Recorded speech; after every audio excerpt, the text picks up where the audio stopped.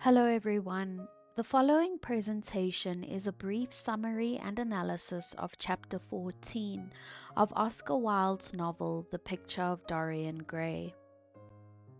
The next morning after Basil's murder, Dorian is sleeping peacefully when his servant comes to wake him up. He wakes up smiling as if he was having a beautiful dream. However, he soon remembers the previous evening's gruesome events. The memory makes Dorian feel sick, and he experiences the intense hatred he felt for Basil that had caused Dorian to murder him once again. Dorian feels that he needs to get rid of the memory of Basil to prevent him from going completely insane. Dorian's tortured and conflicted internal state is evident in this moment. The morning, which is symbolic of clarity and newness, soon becomes tainted with Dorian's dark secret of Basil's murder and his corpse laying upstairs. Dorian gets dressed and has breakfast, leisurely taking his time with everything. He reads his mail and then proceeds to write a letter to Alan Campbell. He gives the letter to his servant for delivery to Alan Campbell. Dorian tries to fill the rest of his day with some time sketching, but he soon realizes that his drawings start to resemble Basil. With determination to distract himself from thoughts of Basil, Dorian decides to read a luxuriously bound book of poetry. He reads a poem about Venice in Italy, and his imagination is dreamily taken on a journey to Venice's canals. He remembers with nostalgia how romantic the city is. However, it soon occurs to Dorian that the last time he visited Italy, Basil had been his traveling partner. Dorian cannot get rid of thoughts and memories of Basil. Even the art of Dorian's sketches and the art within the poetry he reads cannot soothe his tormented soul. Eventually, after Dorian has spent the day waiting nervously, Alan Campbell arrives at Dorian's house. Alan Campbell is a science scholar and a musician. He and Dorian were once in close company within the same social circle, but now, like many other people, Alan Campbell avoids Dorian and no longer wants to associate with him.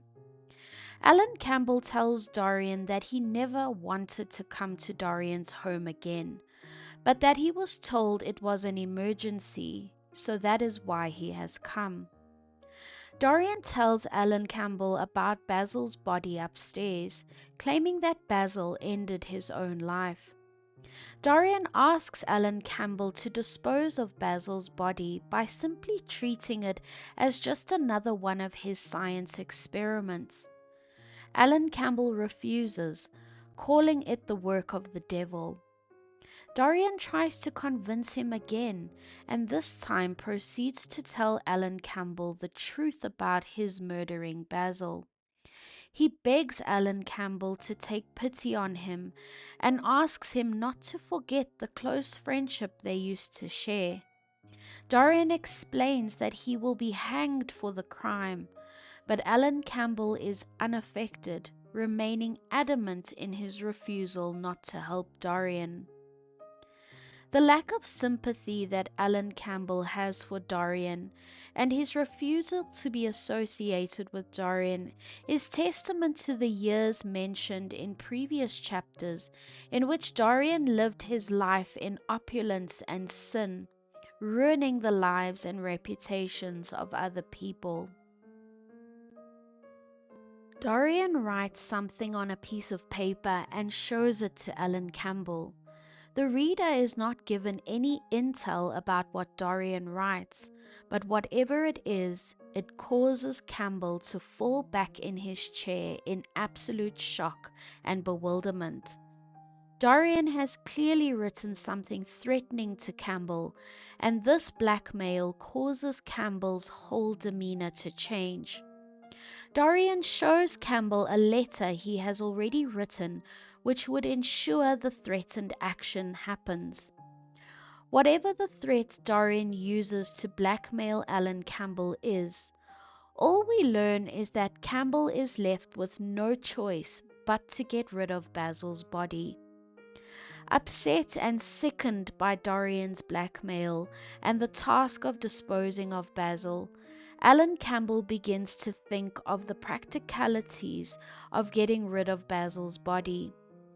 Alan Campbell sends Dorian's servant to his lab to collect various pieces of equipment. Dorian uses his charm and knowledge of others' weaknesses to manipulate and corrupt them.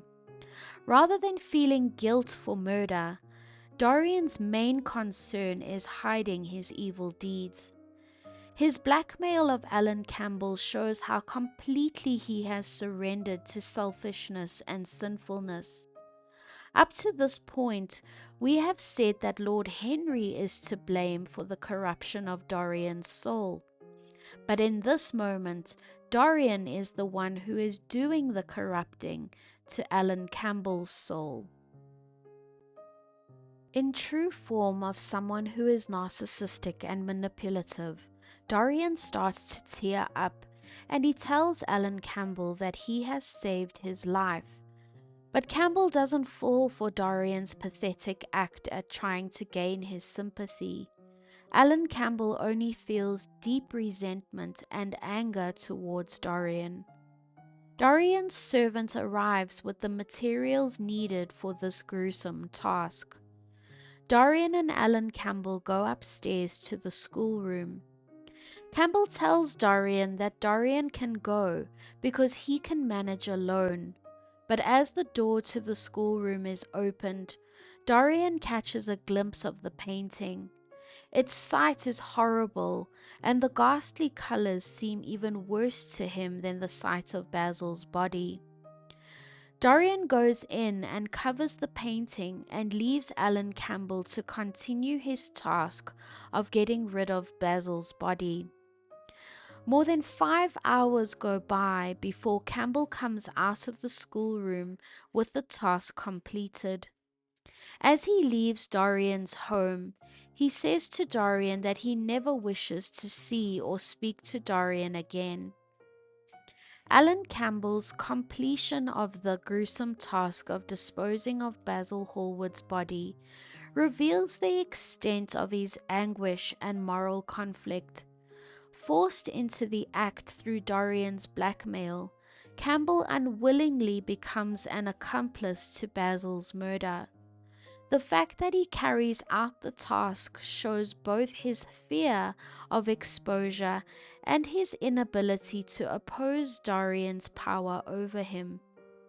When Campbell declares he never wishes to see or speak to Dorian again, it shows how his disgust and shame are so deep that he wants to erase Dorian and everything associated with him from his life.